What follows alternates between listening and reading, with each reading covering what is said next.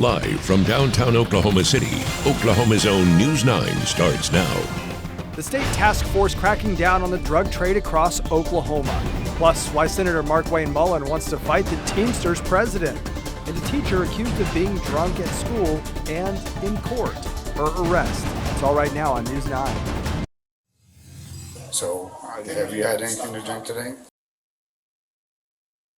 Body cam footage there captures deputies accusing a former Payne County teacher of being drunk in court months after she was arrested for being drunk inside her classroom. Our Sylvia Corkill joins us live now in the studio with that video. Sylvia? Colby, Amanda, when Kimberly Coates appeared in court this month on charges stemming from her August arrest, her demeanor quickly caught the attention of deputies. Did you drink something while you were here at school? Have you had something to drink today? Yes? No? History repeating itself. While appearing in court on a public intoxication charge, deputies are shocked after realizing Kimberly Coates is under the influence of alcohol again. Have you had anything to drink today? Yes or no? I had a glass of wine this morning, yes. According to court filings, Coates was unsteady and weaving. Her speech was slurred and her eyes were glazed. Deputies explained to Coates why she's not going home. Well, I can go home with my husband. He's going to take me home. No, you're going to come with me now. You're going to be arrested for public intoxication. I don't understand.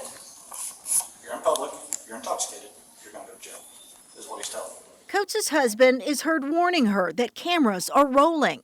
Okay, so come on. You are being recorded again. Still confused. I'm sorry. Could you just tell me what's going on? Okay, you're being under arrest for public intoxication. And just like the time before, Coates is handcuffed and sent to jail. Now, Coates was arrested on a second public intoxication complaint, a misdemeanor crime. Live in studio, Sylvia Corkill, Oklahoma's own News 9. Okay, Sylvia, 2 prisoners who escaped the Dick Connor Correctional Center in Hominy are still dodging the law. They were last seen on Sunday walking out of the minimum security facility, which is about an hour drive northeast of Stillwater. Yesterday, it's believed they led police on a high-speed chase in far southeastern Oklahoma, but they managed to escape. From the Bob Mills Weather Center, Oklahoma weather expert, Cassie Hyder. Well, it was beautiful outside again today. We made it into the upper 60s and low 70s statewide, even having a couple mid 70s showing up in the Panhandle. It's a little chilly right now, though. This is our downtown camera up at our Lucky Star SkyCam network. Clear skies, 48 degrees, and that wind is still pretty light coming in out of the south-southeast at 7 miles an hour. Temperatures range from the mid and upper 40s across the east. We do have some upper 40s and low 50s in the west and kind of a mix of upper 40s and mid 50s here in central Oklahoma with a light wind coming in out of the south-southeast, a little more breeze, gusts as high as around 15 or so in western Oklahoma. Well, tomorrow's going to be very similar to what we had today. We're going to shoot for about 70 degrees, eventually a little bit more cloud cover, but eventually we also have another chance of rain. We're going to talk about when that will be moving in coming up in just a little bit, guys. Cassie, thank you. A driver is hospitalized after their vehicle slammed into a northwest Oklahoma City home. This was the scene near 178th and Penn. We're told the driver suffered a medical episode, and that was the cause of the crash. Police arrest a man accused of shooting and killing his wife.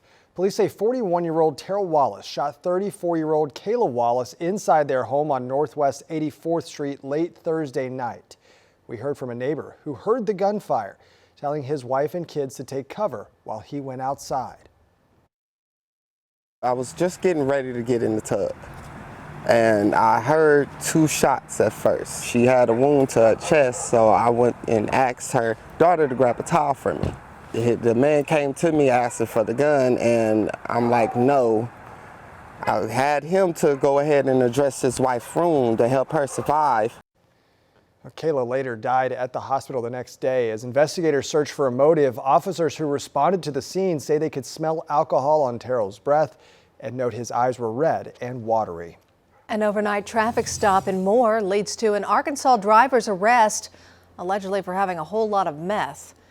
Officers say they found multiple bags of it, along with marijuana, scales, and syringes. That driver is now in custody. Meanwhile, authorities bust one of the biggest black market pot operations in our state's history. A whopping 72,000 pounds of illegal marijuana is found right inside a Wagner County barn. In fact, the loot was so big, authorities had to bring in the backhoes and heavy machinery to scoop it all up. The bust came from a tip about potential illegal activity, but so far no arrests have been made. The Oklahoma Bureau of Narcotics deals with black market marijuana on a daily basis. News 9's Jordan Frimstead shows us how state pressure is meant to weed out the people bringing in illegal farms to Oklahoma. It is a big problem. As we cue the interview about Oklahoma's illegal marijuana industry. We've been focusing on these criminal organizations for the last 3 years. You know you've heard this story before. And it is not uncommon. Because you have.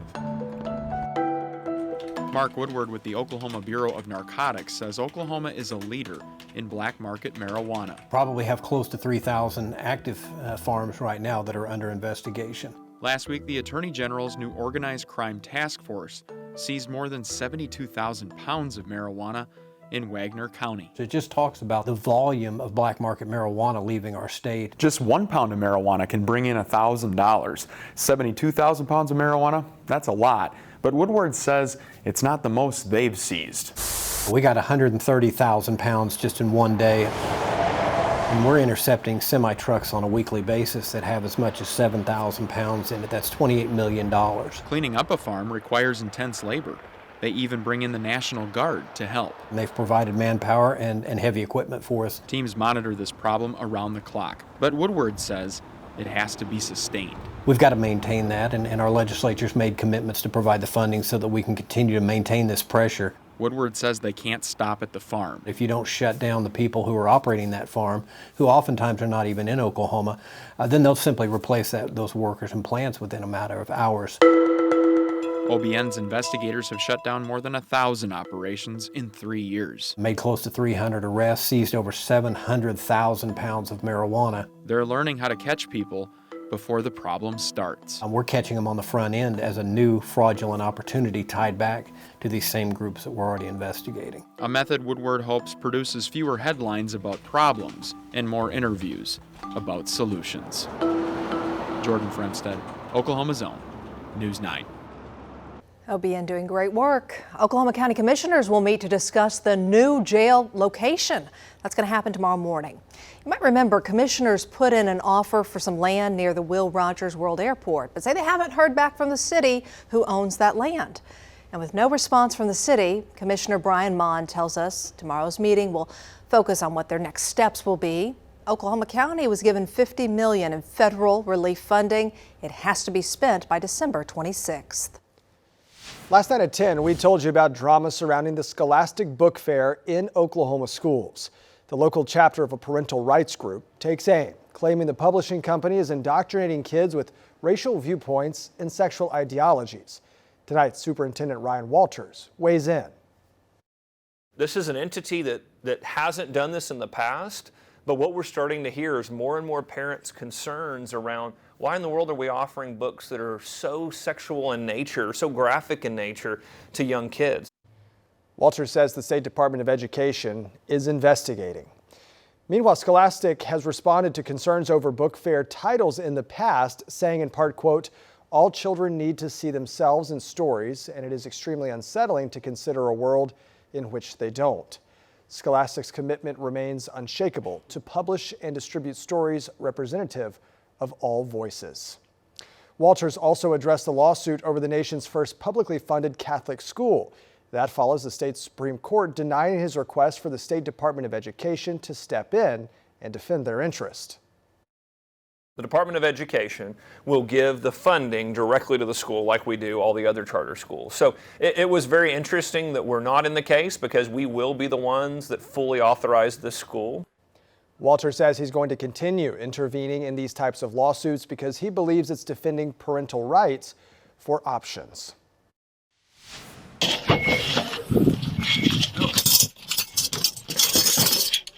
Way to go to this officer, a Moore police officer there jumping into action when he ended up being the first on the scene of a grass fire. The officer you saw grabbed an extinguisher from the back of his cruiser and doused the flames himself.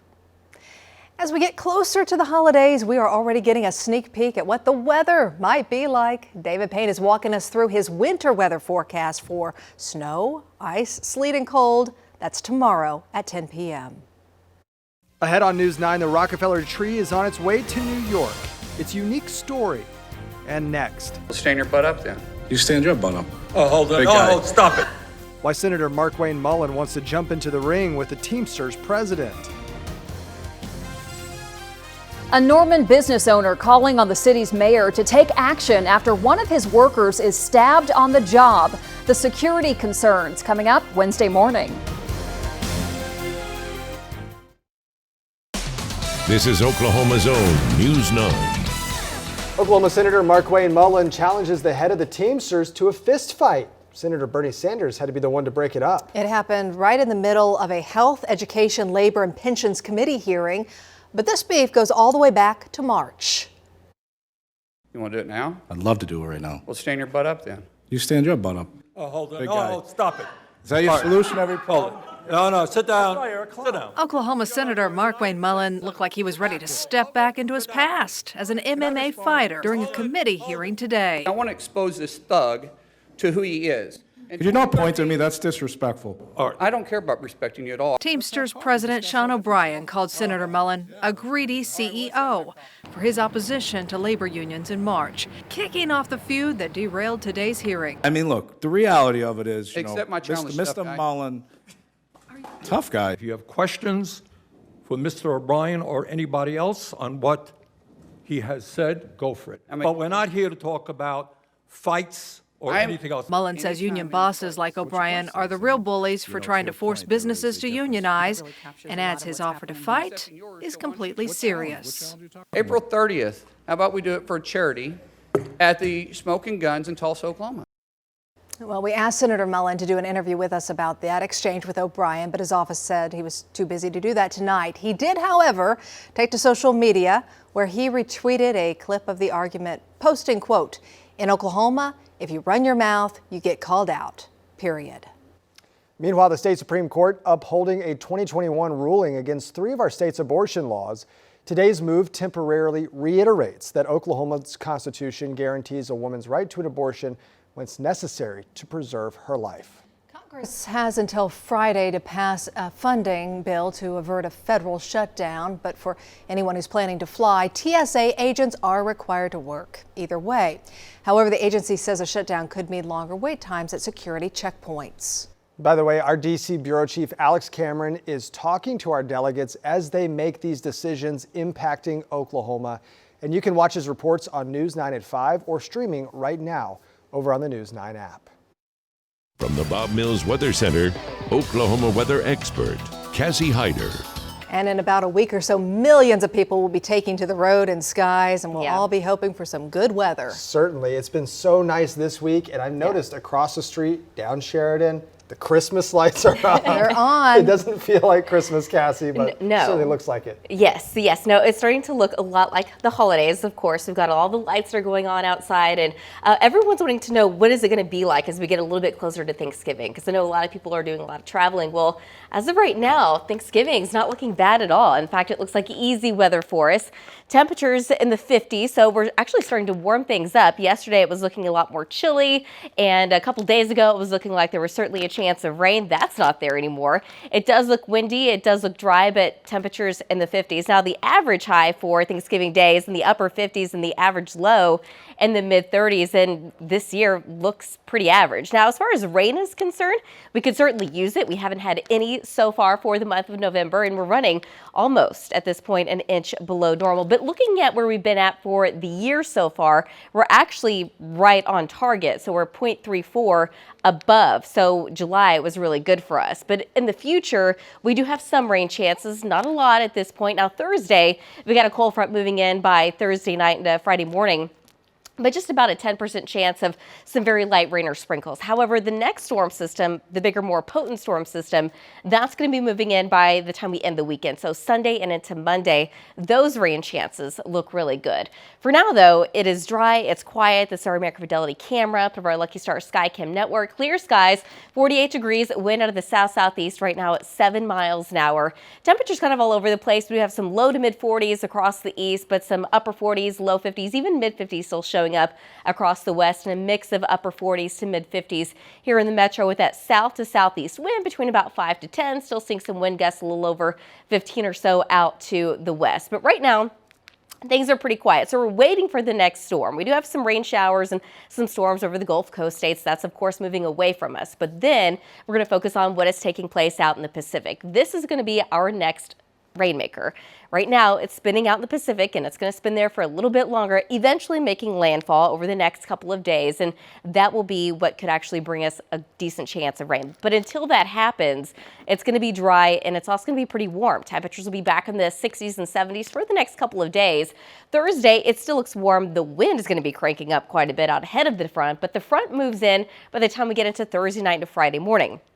Behind it, it will be cooler, but it's not going to be cold. Temperatures drop down into the low 60s, some 50s in the northwest, still looking at 70s across the southeast. Again, just a slight chance of rain, but we recover pretty quickly. We're back in the mid 60s at least by Saturday, but by Sunday, here comes that next storm. Right now, it looks like a decent chance of rain across parts of the state as we get into Sunday afternoon, Sunday evening, and that should linger as we get into Monday as well.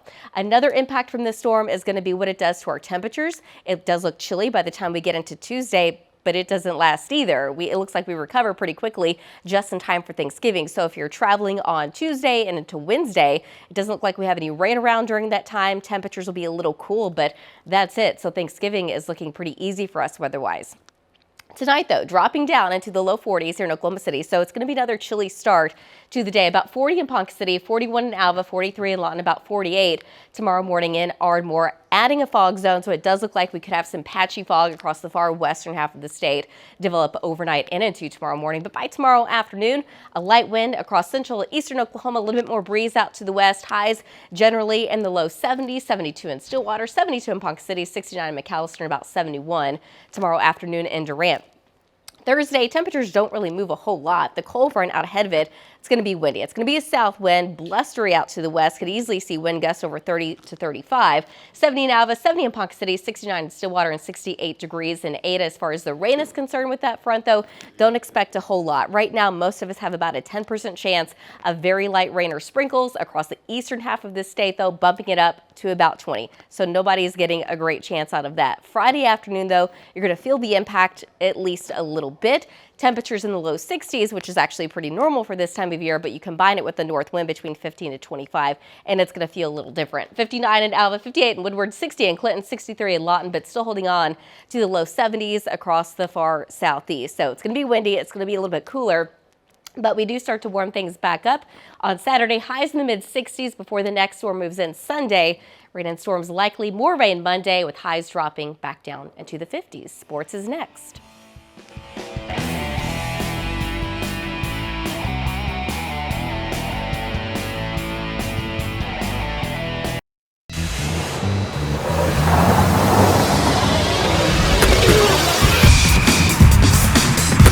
This is the Oklahoma Ford Sports Blitz. Wemby versus Chet, round 3 tonight in downtown OKC. Not the best game for either, but here's what they were able to do. Number 1 overall pick, getting the best of it early. Chet misses the steal. Wemby turns it into a dunk. 6-5 Spurs, but all OKC from there. First half winding down. SJ denied the lob to Wemby. Thunder on the run. Watch Giddey fake behind the back, then over the head. That leads to a Chet dunk. Thunder take a 10-point lead into halftime. Early third, Thunder on a big run. Giddey another dime to Chet, easy slam. Thunder go up 68-50. This one got so bad TNT started cutting to other games in the second half. Thunder win at 123-87. Chet with 9, Wemby with 8. Dean Blevins has more from the Paycom Center. Well, the national TV audience probably disappointed. They never got the rookie matchup that they had anticipated. Chet and Wemby cold, season low in single digits for both of them, but OKC flexed its muscles. Late first, early third, 22-2 extended run, pushed the lead to 40. We just spoke with Coach. How did you feel Chet played? He didn't have a good field goal percentage, but overall? I thought he was good. I thought our whole team was good. I thought we had an edge on the glass. We had an edge at the rim. He had some really good rim contests, especially late in the first half and in the third quarter tonight. I thought the whole team, was really competitive tonight, and I thought we had a contagious toughness about us. SGA was awesome. 28 minutes, 28 points, 6 rebounds, 5 assists. He had 7 steals. The key was the team had 19 steals, and they dominated a poor Spurs team.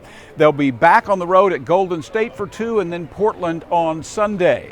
Reporting for Steve McGehee in downtown Oklahoma City, I'm Dean Blevins. All right, thank you, Dean. Let's head down to Norman. OU hosting Texas State tonight. Transfer LaTre Darthard pokes it out. Then check out the move on the other end. The spin and finish. He had 18 in the game. OU looking good so far. Mid-first, Sooners up 19. Otega Owe pokes it out, runs the floor. Milos Uzan finds him on the other end for the and one. Sooners dominate again, 93-54, off to a 3-0 start. Drake Stoops has put together a monster 2-game stretch. 22 catches, 298 yards, and 4 touchdowns. He's one of 3 finalists for the Burlsworth Trophy, best player that started as a walk-on.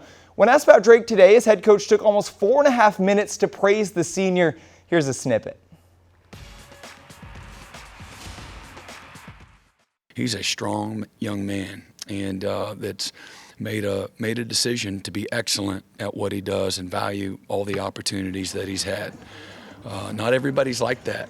A lot of people get the opportunity, but not everybody takes advantage of it and has the kind of toughness and determination that a guy like Drake Stoops has.